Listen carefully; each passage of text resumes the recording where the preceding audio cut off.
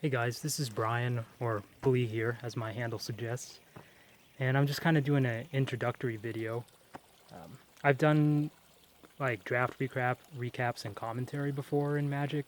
I just kind of wanted to do kind of a little video about myself, do a few things, but first I wanted to kind of give you a cool 360 spin of this beautiful area I'm at. I'm in Austin, Texas, but I just drove out here in the hill country to my favorite swimming spot. It's kind of cloudy, it might rain later, so I just thought I'd showcase it before it starts drizzling. It's really beautiful in the sunlight.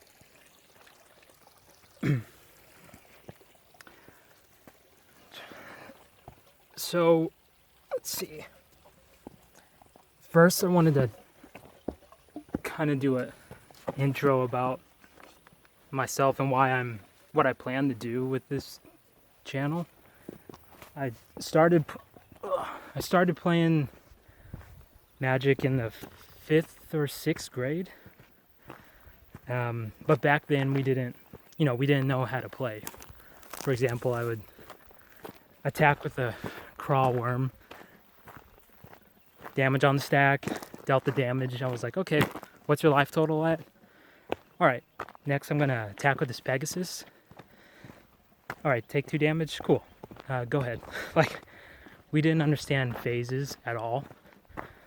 So I played a few years and then went off and on. I would draft at a little comic shop, like a super small comic shop called Juniors. This was back in like middle school, high school. Tried to get better, but still I was lacking a lot. So I lost interest in it. Ended up selling my cards. Most people. That's a common story for most people. Probably came back after almost like a 10-year break. Came back when Origin started and started drafting that quite a bit.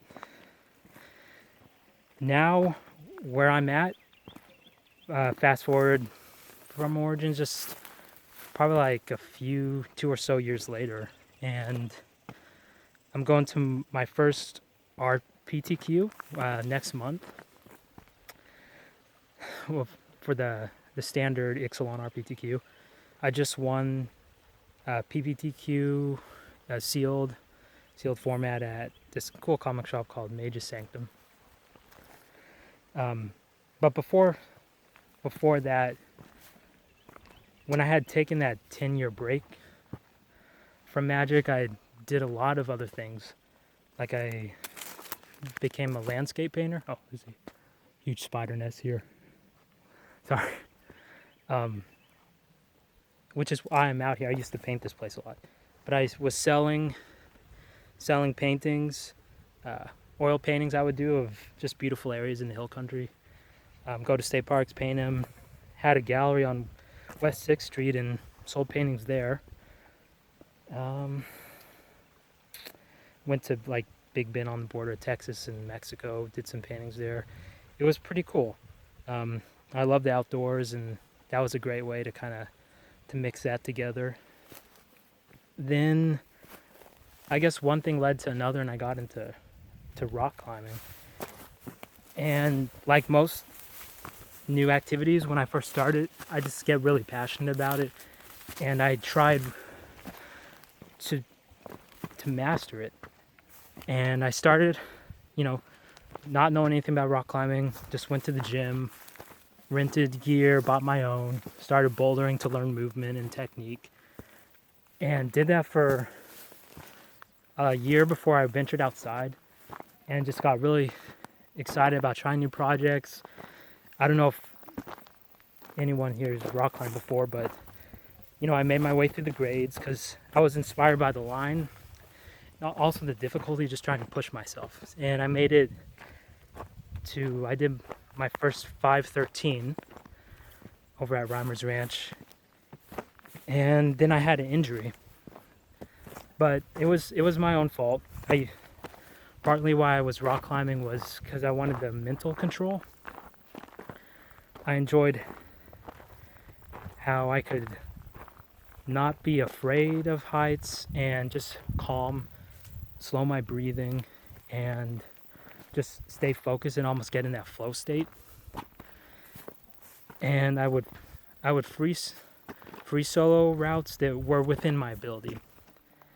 So I free soloed quite a few 510s, 511s, and there was one 512 that I was really inspired by. And I was climbing it. I climbed it many times with the rope, and I had it wired.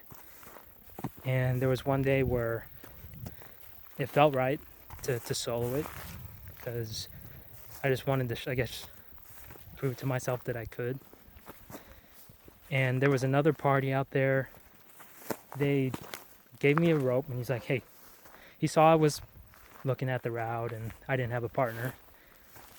And he was like, hey, I'll give you a catch on it. So I put the rope on, had my harness, and climbed it without falling. It felt pretty solid on it. I told him thanks. He's one of the locals, by the way, Adam. So if he ever watches it, thanks for the catch. Then he left, and like 30 minutes passed, and I kind of felt right. And I put on my shoes, just my chalk bag, and climbed it. And everything was feeling fine until I got to the crux move, where it's a burly, bouldery move onto kind of a sloping ledge.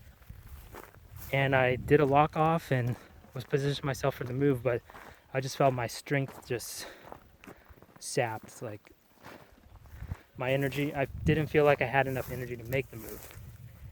And at that point I felt, okay, I don't want to go for it. Even though in hindsight maybe I should have.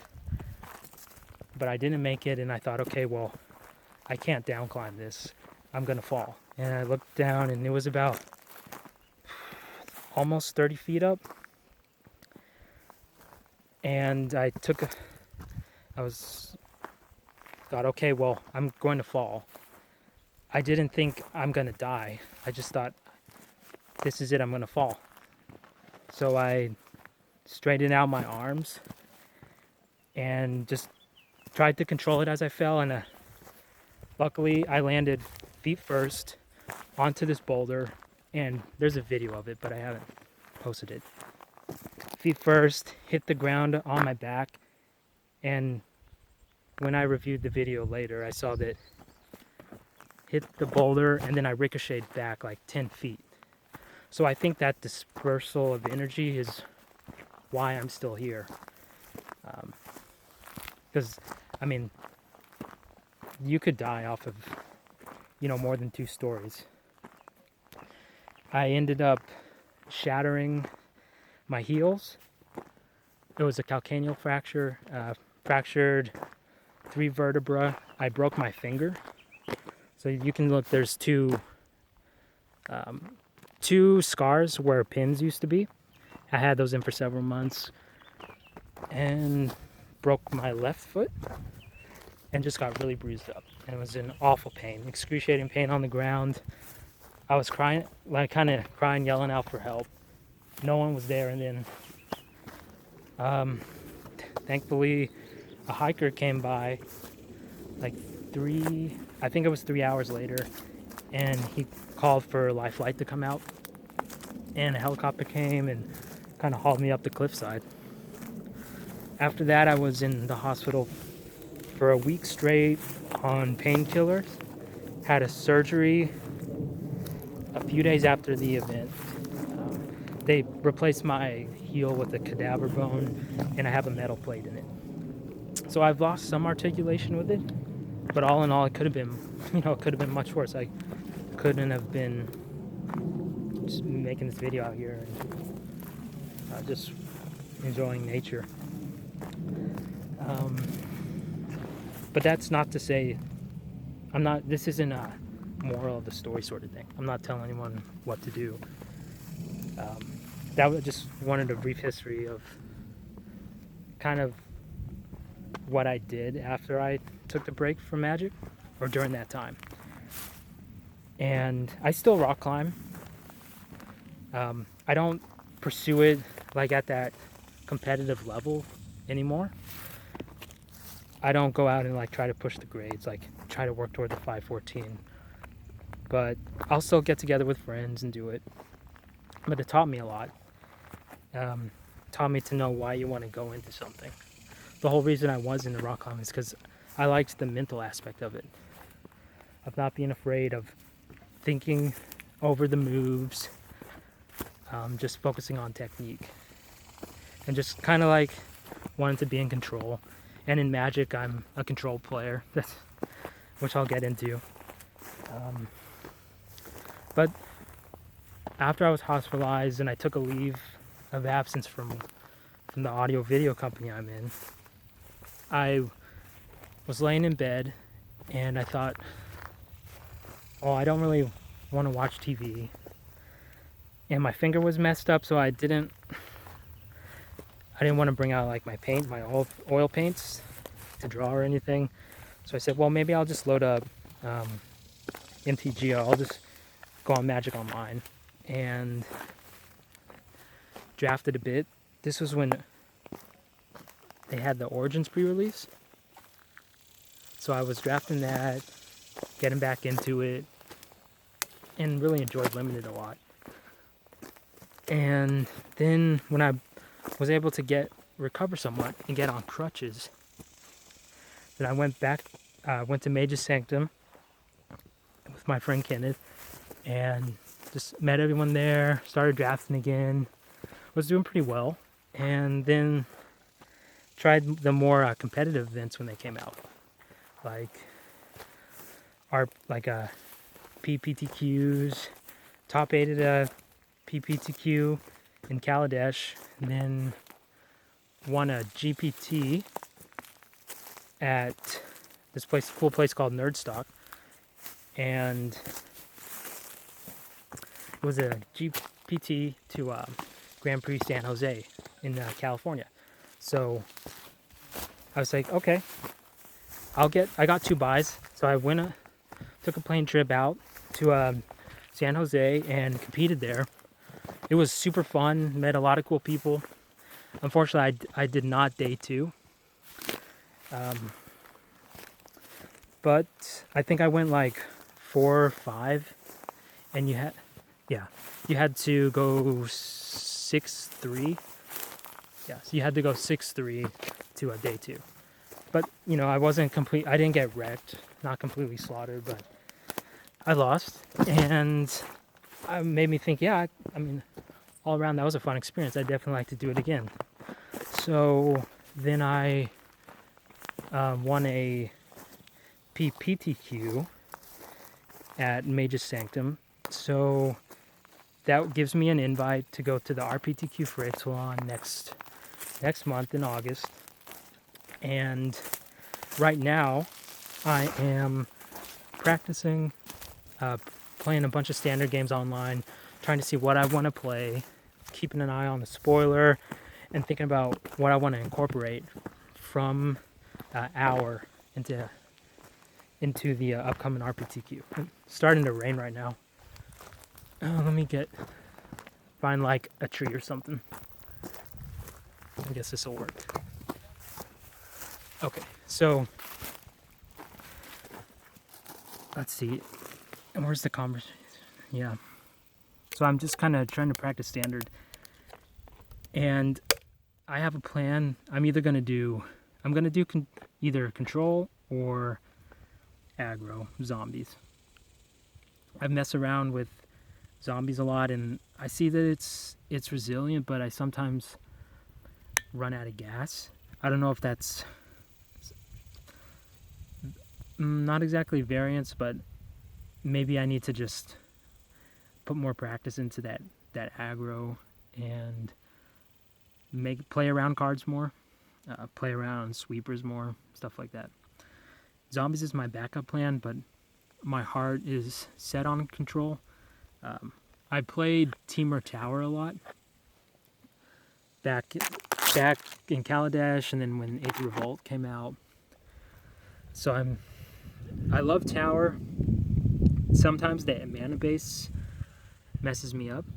The deck kind of hurts itself. I'm running, I think, 22 lands, 4 attunes. And it's basically like Izzet control. Like, it's Izzet control with 4 attunes and 4 towers. And then what does blue-red control have that tower doesn't? Well, it has a mana base that leads to more consistency. Instead of the towers, it has turn 3 counter spells. Which if you're playing tower, you're not dropping the tower down really on turn 3, depending on the context. You don't want to tap out and then you don't want to put one down on the play, tap out, and then someone throws a threat. You don't want them to just have a Gideon out where you could have countered it. So if you're playing tower, you usually wait until you have at least 2 mana open for a negate or something. I love blue-red control. But the problem that I've seen with that after playtesting a lot is that if they resolve a threat, such as Nissa, Chandra, another Planeswalker, or just a Glorybringer, and you can't deal with it within the next 2 turns, then you're in big trouble. Whereas if you were playing tower, they resolve something, you have the peace of mind knowing, okay, well, I drop a tower down, and you can kill it in a turn or 2. Usually in a turn in combination with another burn spell. So that's what tower has over blue-red control, and I'm still testing the 2. And I think that's what I'm going to play at the RPTQ. Still have zombies in the back of my mind. I know they released a decent zombie today. It was a rare 3-cost 5/5. Whenever an opponent plays a spell, it gets a -1/-1. And yeah, it still dies to grasp. It comes close to dying to lightning, but it is a huge threat, and it forces the opponent to deal with it like that. It forces them to just use their resources to kill it. Otherwise, it's going to get out of control. I think I would incorporate that into the deck. Remove maybe. It'd probably be a 2 of. Remove 2 of the Metallic Mimics for it. I think Metallic Mimic's the weakest card in zombies because it doesn't have synergy when it hits the graveyard. It's not going to help you cast your Diregraph, and by itself it's just a 2/1. I think there could be better stuff. But with blue-red control, I think it has a high learning curve, and you need to really plan out your turns, like 2 turns in advance, and know what's in their library, and know what to expect.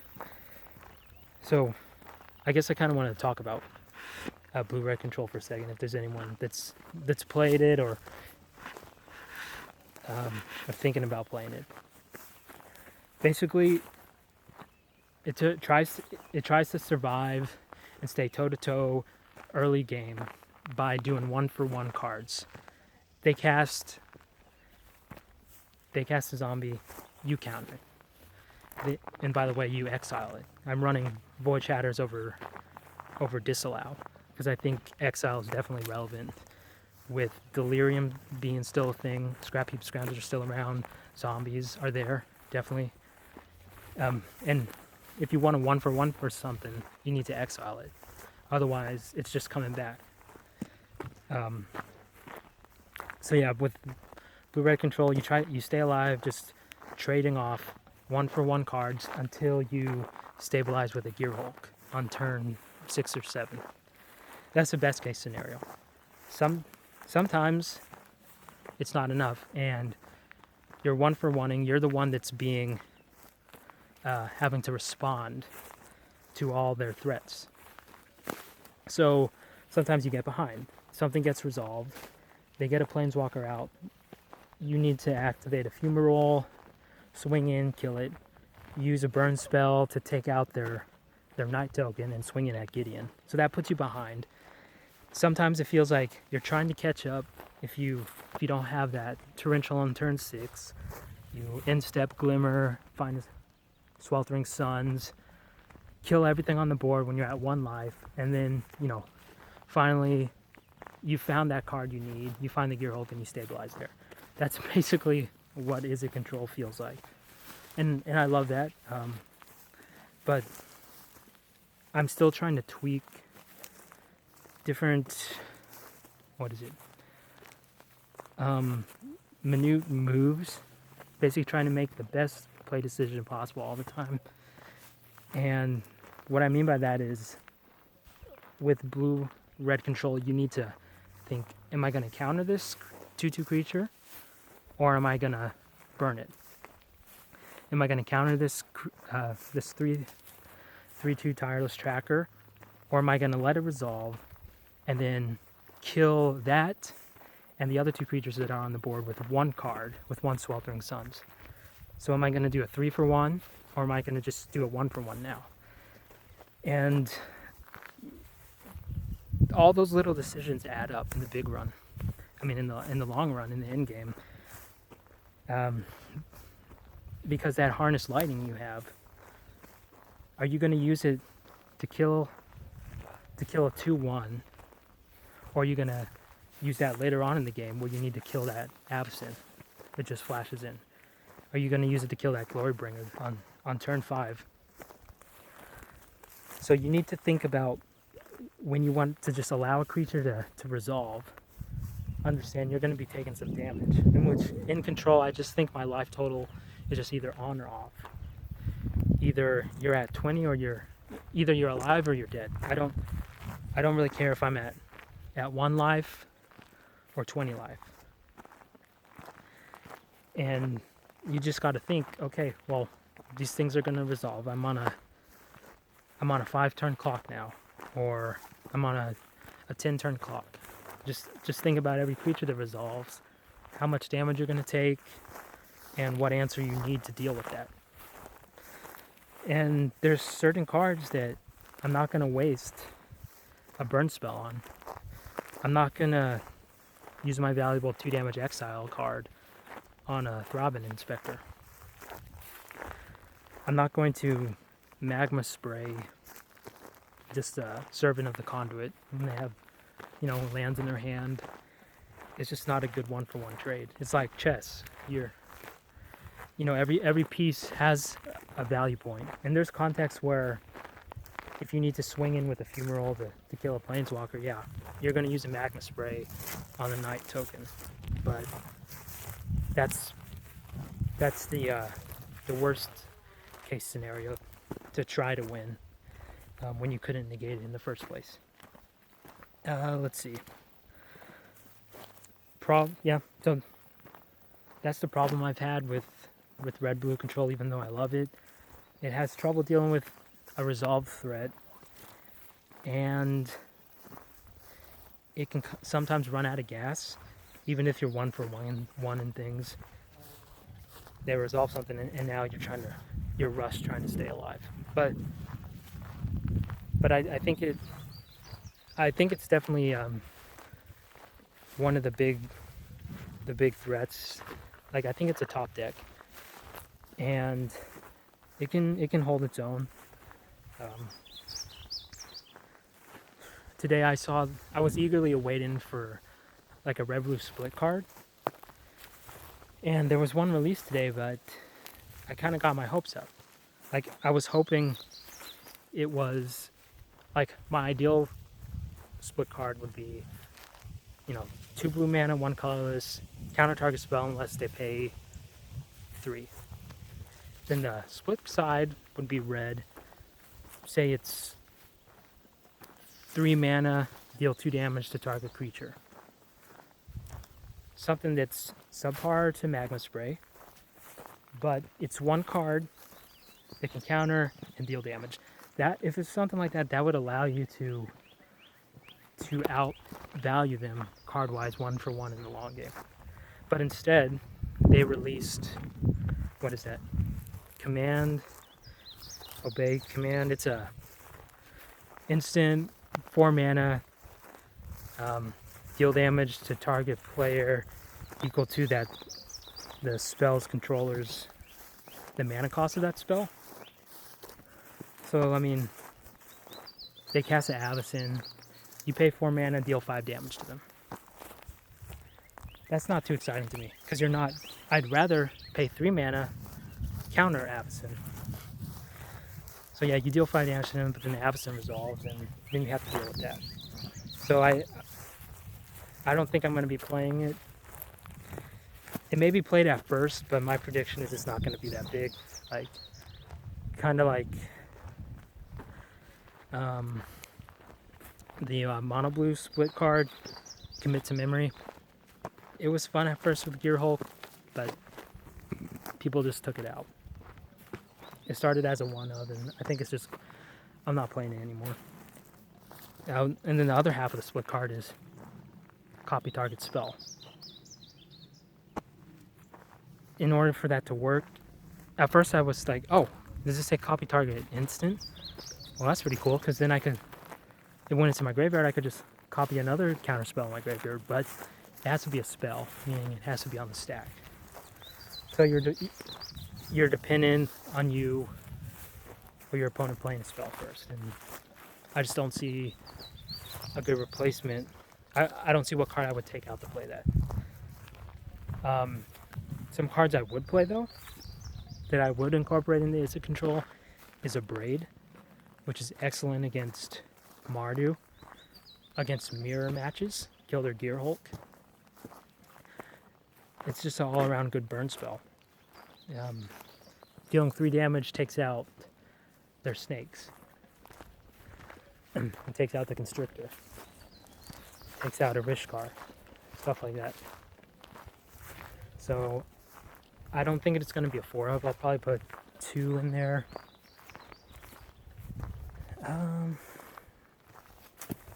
The 3 cost counter target spell unless they pay 3, or the Anticipate ability. Look at the top 4 of that. That could see some play. I may take out... I could see people taking out Anticipate, which already is just a 1 of for me, is it that. Take out Anticipate or a counter spell. Take out a Void Shatter, but then you lose the Exile. But for that versatility, I think it's worth it. So far, those are the only two cards that I'm thinking about putting in. Only half of the cards have been revealed so far, though, so it could be something. Just gotta look forward to it. They've only revealed, I think, almost 90 cards, so less than half of the set is spoiled. Definitely looking forward to a pre-release. Yeah, I'm just gotta keep practicing for the RPTQ, and as things get closer, I'll let you know what ideas I have about just souping up the control deck. One other thing I wanted to talk about is I wanted to apologize to my viewers for initially when I had the idea of, hey, I'm going to draft and I'm going to give out a pack. I would give out a pack to one of the subscribers that won. And I thought that would be a cool idea.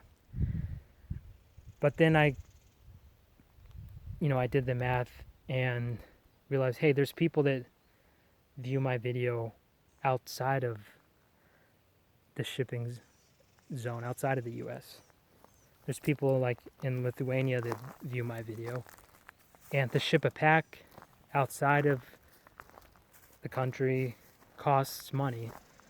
So I went to UPS and it totaled to $50 to ship a booster pack out. And that's just not cost effective. And in the long run, if I were going to do that to every viewer, I can't pay that much money. No one's going to pay shipping costs for it. So I wanted to kind of PayPal or do some sort of reimbursement, because I wasn't able to uphold that, what I said I would for my subscribers. So to the people that are subscribed, I'll do like a PayPal donation just to make up for that, for the booster pack that I didn't send. So sorry about that. I will definitely plan things out more in the future.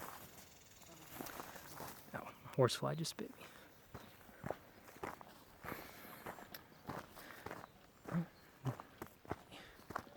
Coming to the edge of the river here. It was, yeah, the rain kind of let out.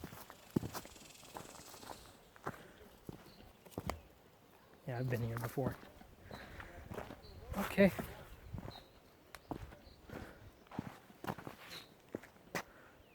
Well, I plan on doing some streaming some of my limited and constructed play on MTGO, and I want to do more of these videos where I just kind of talk about what I've been brewing, what my current thoughts are on Magic and other activities too, because I have a wide range of interests. I wanted to create tokens for a while. Since I'm an artist, I wanted to create inked tokens and sell those. The horsefly. And that's something I've done. You can check out my website. It's brianleepainter.com.